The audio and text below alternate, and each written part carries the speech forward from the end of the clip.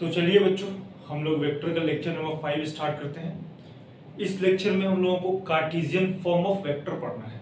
जो हमने unit vector पढ़ा था ए के ऊपर कैप लगा करके, उसी के बारे में आज हमें डीप में स्टडी करना है, अच्छे से स्टडी करना है। वेक्टर का 4 लेक्चर्स हम यूट्यूब पे ऑलरेडी अपलोड कर चुके हैं। अगर आपने वो नहीं देखा है तो यूट्यूब पे जाएं, टाइप करें वेक्टर लेक्चर 1, 2, 3 और 4 बाय निशांत कुमार सर या फिर अग्रणी एडुसर्व, और वहां से आप कंटिन्यू कर सकते हैं। आइए शुरू करते हैं। टॉपिक का नाम है कार्टेशियन फॉर्म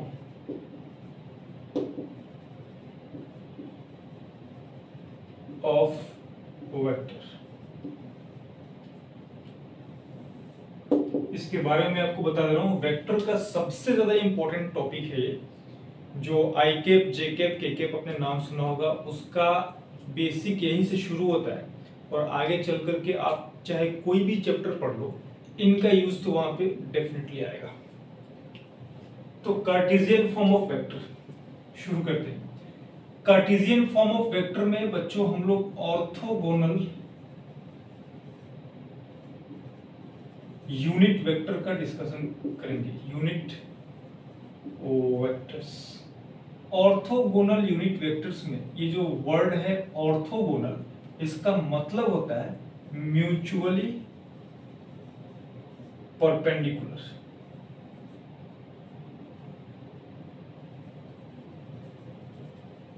म्यूचुअली परपेंडिकुलर यानी कि जो भी वेक्टर्स होंगे वो सब एक दूसरे के परपेंडिकुलर होंगे, तो वो ऑर्थोगोनल यूनिट वेक्टर्स कहलाएंगे। राइट, शुरू करते हैं। जो आई कैप, जे कैप, के कैप हमने नाम सुन रखा है, उनके बारे में देखते हैं कि एक्चुअली वो होते क्या है। ये एक्स एक्सिस है, वाई एक्सिस है, जेड एक्सिस। वो यूनिट वेक्टर जो एक्स एक्सिस की तरफ आता है उसको हम आई कैप बोलते हैं, जो वाई एक्सिस की तरफ आता है उसको जे कैप बोलते हैं, और जो जेड एक्सिस की तरफ जाएगा उसको के कैप बोलते हैं। यूनिट वेक्टर के बारे में मैंने पहले ही क्लास में डिस्कस किया था। जो यूनिट वेक्टर होता है उसको हम, मान लो ए कोई वेक्टर है और हमें यूनिट वेक्टर लिखना है तो हम ए कैप लिखेंगे, और a cap is equal to vector a upon magnitude of a, ऐसे होता है। यानी कि अगर हमें यहां से वेक्टर ए निकालना है तो vector A is equal to magnitude of A into A cap, जहां पर ये ए कैप हमें डायरेक्शन बताता है, डायरेक्शन ऑफ वेक्टर ए बताएगा। तो unit vectors are basically used to tell the direction of any vector. I cap, J cap, के cap हमने यहाँ पे बना दिया। आई कैप एक्स एक्सिस के तरफ आता है, जे कैप वाई एक्सिस की तरफ जाता है, और के कैप जेड एक्सिस की तरफ जाता है। अगर हम यहाँ पे लिखना चाहें तो ये लिखेंगे i cap is unit vector along positive x axis, j cap is unit vector along positive y axis, k cap is unit vector along positive z axis। ऐसे ही माइनस आई कैप भी होता है। माइनस आई कैप होगा unit vector along minus x axis, minus J cap unit vector along minus y axis, and minus के cap is unit vector along minus z axis. ये आप note कर लें, ध्यान रखिएगा। आई कैप, जे कैप, के cap, minus i cap, minus J cap, minus के cap. अब अगर पॉजिटिव जेड एक्सिस लिखा हो तो ऑटोमेटिकली आप समझ जाना कि प्लस के कैप की बात कर रहा है, या माइनस जे लिखा हो तो आप समझ जाना माइनस वाई एक्सिस की बात हो रही है। ऑलराइट, यहां से आगे बढ़ते हैं।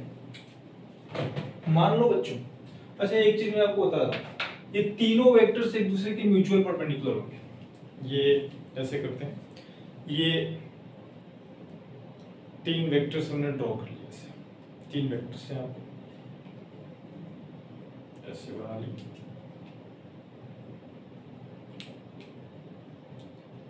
हैंड में आ नहीं पा रही। हाँ ऐसे। तो इस केस में तीनों म्यूचुअल परपेंडिकुलर हैं। ये होगा एक्स एक्सिस के तरफ, ये होगा वाई एक्सिस की तरफ और ये होगा जेड एक्सिस की तरफ। X Y and Z axis are mutually perpendicular to each other. तो वो यूनिट वेक्टर जो एक्स एक्सिस की तरफ आता है उसको आई कैप बोलेंगे, जो वाई एक्सिस की तरफ जाएगा उसको जे कैप बोलेंगे एंड जो जेड एक्सिस की तरफ जाएगा उसको के कैप बोलेंगे। तो आई कैप, जे कैप, के कैप म्यूचुअली परपेंडिकुलर है एक दूसरे से, 90 डिग्री का एंगल है, इसीलिए इन तीनों को हम ऑर्थोगोनल यूनिट वेक्टर्स बोलते हैं। ऑर्थोगोनल यूनिट वेक्टर्स तीनों एक दूसरे से 90 डिग्री के एंगल पे जुड़े हुए हैं। ऑलराइट, अगर हम रिप्रेजेंट करने की बात करेंगे तो ऐसे रिप्रेजेंट करना है। एक एग्जांपल लेते हैं। मान लो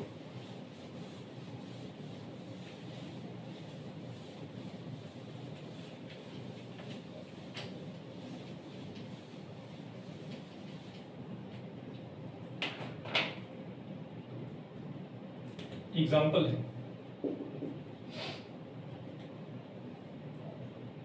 if A is equal to 4 units along plus x axis, तो इसका क्या मतलब है जरा समझेंगे। A is equal to 4 units along plus x axis, इसका मतलब ये है कि अगर हम वेक्टर फॉर्म में लिखना चाहें तो vector A is equal to 4 units की बात किया गया है तो 4 लिख देंगे, प्लस एक्स एक्सिस की बात किया गया है तो आई कैप लगा देंगे, यानी कि vector A is equal to 4 I cap. मैंने अभी भी यहाँ पे लिखा था a cap is equal to vector A upon magnitude of A, तो यहाँ से vector A is equal to magnitude of A into A cap आ गया। यही तो चीज है यहाँ पे। Vector A is equal to magnitude of A is 4 और ए कैप के जगह पे आई कैप आया है तो आई कैप लग गया। और आई कैप क्या बता रहा है कि ए जो वेक्टर है वो प्लस एक्स एक्सिस की तरफ है। सिंपल ये बता रहा है। जो हम लोग अभी तक जो हमने टाइप्स ऑफ वेक्टर्स पढ़ा था लेक्चर नंबर 2 वेक्टर का, उसमें यूनिट वेक्टर पढ़ा था। तो यूनिट वेक्टर में काफी बच्चों को समझ में नहीं आया था कि एक्चुअल में ये हो क्या रहा है, क्या किस बारे में हम रहे हैं। तो यहाँ पे अच्छे से आपको समझ में आ गया। इसलिए मैं आपको अभी यहाँ पे क्लियर हो गया होगा आपको पूरा यूनिट वेक्टर। इसलिए मैं कहता हूँ थोड़ा धैर्य के साथ पढ़ें, थोड़ा लगन के साथ लगे रहें, हमारे ऊपर ट्रस्ट करके पढ़ाई करें। A to Z हर एक टॉपिक क्लियर होगा। एक और एग्जांपल लेते हैं बच्चों। मान लो vector B is equal to 5 units along Z axis. तो कैसे लिखेंगे इसको, रिप्रेजेंट कैसे करेंगे? इसको ऐसे लिखेंगे B is equal to vector B is equal to ये 5 यूनिट है तो 5 आ गया। Z एक्सिस है तो Z एक्सिस का मतलब है K कैप। पॉजिटिव का Z एक्सिस है तो प्लस K कैप लिखेंगे, नेगेटिव का होता तो माइनस K कैप लिखते हैं। एक एग्जांपल दे रहे हैं जो अपने आप लोग ट्राई करेंगे, बाद में मैं आपको बताऊंगा। If vector C is equal to 3 units along x axis and 4 units along y axis, तो इसको कैसे रिप्रेजेंट करेंगे वो देखिए। तो vector C is equal to 3 लिखेंगे, x एक्सिस की तरफ है तो आई कैप लगा देंगे, प्लस का साइन लगाएंगे। 4 यूनिट्स अलोंग y एक्सिस है तो यहाँ पे 4 और y एक्सिस है तो j कैप लिखेंगे, यानी कि vector C is equal to 3 i cap plus 4 j cap आ गया। ये आई कैप और j कैप दोनों की तरफ है। चलिए नेक्स्ट देखते हैं।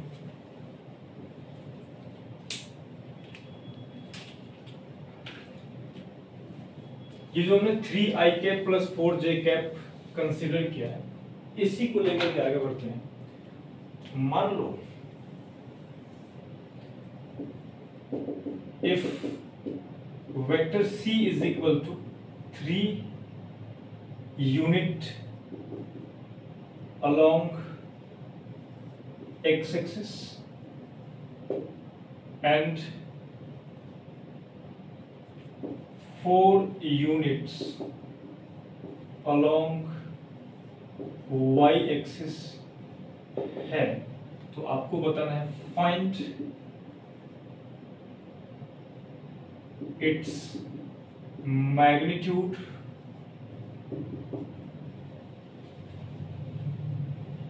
And direction. वेक्टर सी का मैग्नीट्यूड एंड डायरेक्शन बताना है। चलिए सॉल्व करते हैं। कैसे सॉल्व करेंगे वो देखेंगे। सबसे पहले इसको लिख डालो वेक्टर फॉर्म में। तो vector c is equal to 3 units along x axis i cap हुआ plus 4 units along y axis, तो 4 जे कैप हुआ। अब ध्यान देना, मैं आपको एक ट्रिक बता रहा हूँ कैसे इसका यूनिट निकालते हैं। जब भी कार्टेशियन फॉर्म में वेक्टर गिवन हो तो उस वेक्टर का यूनिट निकालने का तरीका होता है अंडर रूट आई कैप के कोफिशिएंट का स्क्वायर प्लस जे कैप के कोफिशिएंट का स्क्वायर प्लस अगर यहाँ के कैप भी होता तो के कैप के कोफिशिएंट का स्क्वायर लिख देते हैं, राइट। तो सी का मैग्नीट्यूड हुआ 9, 16, 25 और अंडर रूट से बाहर निकलोगे तो 5 यूनिट्स हो गया। तो सी का मैग्नीट्यूड आ गया 5 यूनिट्स। अब सी का जरा डायरेक्शन चेक करते हैं कितना होगा।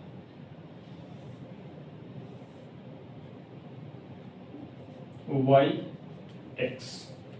x और y हमने ड्रॉ कर दिया। अब x और y की तरफ जरा हम चेक करते हैं। तो x एक्सिस की तरफ 3 यूनिट्स, y एक्सिस की तरफ 4 यूनिट्स। ये हुआ 3 यूनिट्स, ये रहा 4 यूनिट्स। इनको मिलाओ, ग्राफ ड्रॉ करो। एक ऐसे हमने ड्रॉ कर दिया, इस पॉइंट पर मिलेंगे। ओरिजिन से ज्वाइन कर दो, तो ओरिजिन से ऐसे ज्वाइन करेंगे। ये जो हमने लिखा है ये एक्स एक्सिस से कितना एंगल बनाएगा, तो मान लिया हमने थीटा एंगल बना रहा है। मैग्नीट्यूड तो हमने यहाँ पर निकाल लिया है, डायरेक्शन हमें निकालना है। तो डायरेक्शन का मतलब एक्स एक्सिस से कितना एंगल बनाएगा। याद करो मैंने आपको रिजल्टेंट पढ़ाया था, तो रिजल्टेंट में बोला था resultant is a single vector which represents the combined effects of 2 or more vectors। तो यहाँ पे 3i कैप 4j कैप दोनों का कंबाइंड इफेक्ट बता रहा है। तो कंबाइंड इफेक्ट कितना हुआ, 5 यूनिट्स हुआ। यानी कि हम यहाँ पे लिख सकते हैं वेक्टर c का मैग्नीट्यूड, यानी कि हम वेक्टर r लिख रहे हैं। Vector r is equal to 5 units. अब इसका डायरेक्शन निकालना है, तो r का डायरेक्शन यहां से निकलेगा tan theta is equal to perpendicular upon base. Perpendicular है 4 और बेस है 3। तो हम यहाँ पे tan थीटा 4/3 हुआ, तो theta is equal to 53 degree आ गया। ये हुआ हमारा direction 53 degree with respect to x axis. अगर y एक्सिस से निकालना हो तो ये वाला फाइंड आउट कर लेंगे, वो 37 डिग्री आ जाएगा। 37 degree with respect to y axis. इस तरीके से हमें निकालना है। आई कैप, जे कैप, के कैप अगर तीनों दे दिया तो आई कैप के कोफिशिएंट का स्क्वायर प्लस जे कैप के कोफिशिएंट का स्क्वायर प्लस यहाँ लिखना है के कैप के कोफिशिएंट का स्क्वायर। इस तरीके से निकलता है। नेक्स्ट हम लोग डिस्कस करते हैं addition and subtraction of vectors in Cartesian form।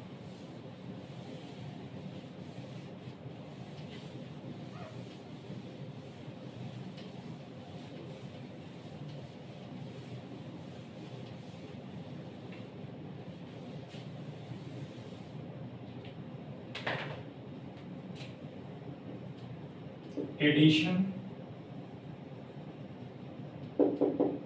and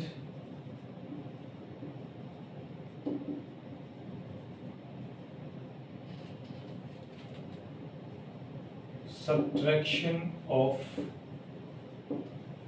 vectors in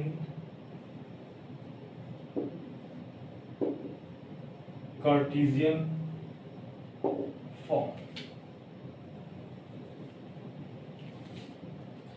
मान लो vector A is equal to a x I cap plus A y J cap plus A z के कैप गिवन है, and vector b is equal to b x I cap plus B Y J cap plus B Z के cap given है।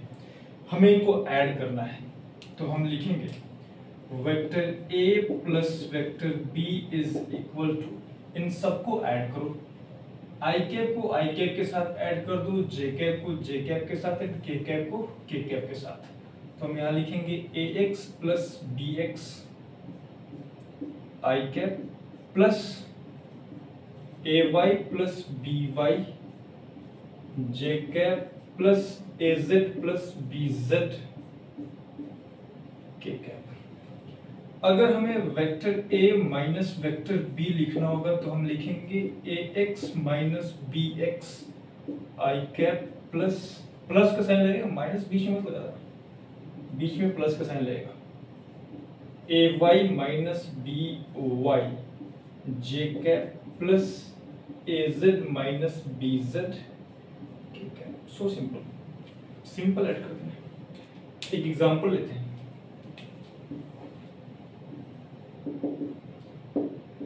If vector A is equal to I cap plus 2j cap plus 3k cap and vector B is equal to 2I cap minus 4j cap minus k cap, find number 1 vector A plus vector B, number 2 vector A minus vector B. Video को pause कीजिए, solve कीजिए। कर लिया, आइए discuss करते हैं। First number, vector ए plus vector B अगर हमें लिखना है तो जोड़ दो, सिंपल जोड़ देना है। आई कैप को आई कैप के साथ, जे कैप को जे कैप के साथ, के कैप को के कैप के साथ। 2 और 1 3, 3 आई कैप प्लस 2 और minus 4, 2 minus 4 J cap plus 3 minus 1, 3 minus 1 के कैप। यानी कि हम यहाँ से लिख सकते हैं 3 i cap minus 2 J cap plus 2 K cap. Calculation करें, ये हो जाएगा 3, ये हो जाएगा माइनस 2 और ये हो जाएगा 2। ठीक है, ये रहा आपका a cap plus vector A plus vector b. Second number में अगर हमें वेक्टर ए माइनस वेक्टर बी लिखना हो तो हम लिखेंगे, सबट्रैक्ट कर दो, 1 में से 2 गया, माइनस 1 आई कैप, 2 और ये माइनस माइनस प्लस हो जाएगा, प्लस 6 जे कैप और ये 3 और माइनस माइनस प्लस हो जाएगा 4 के कैप। चेक करना था, ए में से बी को सब्ट्रैक्ट करना है तो 1 में से 2 गया, माइनस 1 आई कैप, 4 और यहाँ माइनस माइनस मिलकर प्लस हो जाएगा तो 4 और 2 और 4 6 हो जाएगा, 6 आई कैप, और 3 और यहाँ माइनस माइनस मिलकर प्लस हो जाएगा तो 3 प्लस 1 4 के कैप। एक और एग्जांपल देता हूँ आपको, सॉल्व करेंगे आप।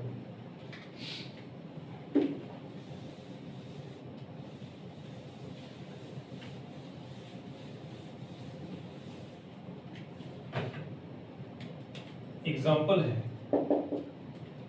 Vector A is equal to 2 i cap plus J cap plus के cap, vector b is equal to minus 3 i cap plus J cap minus के cap. Find 2a minus 3b plus, एक काम करो, एक और लिख लेना, vector c is equal to i cap minus J cap minus के कैप। तो find 2a minus 3b plus 4c is equal to what. इसको सॉल्व करना है। वीडियो को जरा पॉज कीजिए और सॉल्व कीजिए।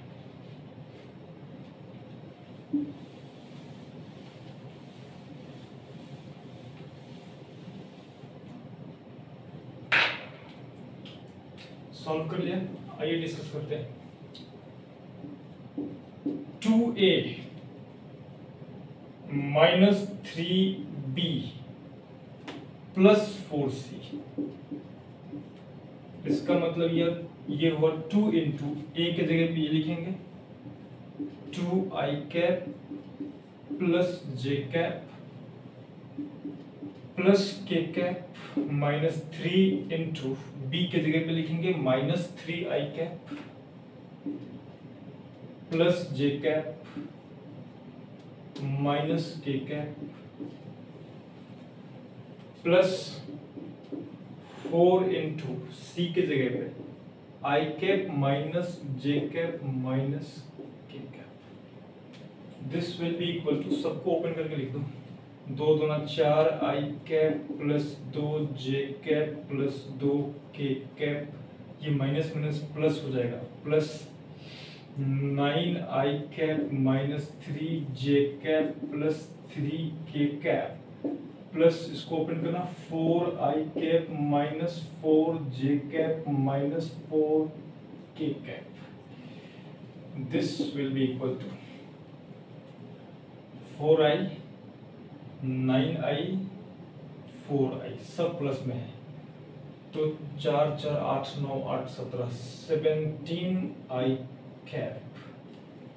इसके बाद जे कैप वाले को जोड़ो, 2j माइनस 3j यानी कि माइनस j और माइनस 4j यानी कि माइनस 5j कैप, और अब के कैप वाले को जोड़ना 2k 3k 5k हो गए और माइनस 4k, ये हो जाएंगे आपके प्लस के कैप। ये रहा आपका आंसर। तो इस तरीके से हम कार्टेशियन फॉर्म में वेक्टर्स को ऐड या सब्ट्रैक्ट कर सकते हैं। इसके बाद हम लोगों को नेक्स्ट लेक्चर में पढ़ना है position and displacement vector. Kinematics जब हम लोग पढ़ेंगे तो उसमें पोजीशन और डिस्प्लेसमेंट वेक्टर का काफी ज्यादा यूज होगा, तो नेक्स्ट लेक्चर बिल्कुल भी मिस ना कीजिएगा। आज के लिए इतना काफी है। All the best.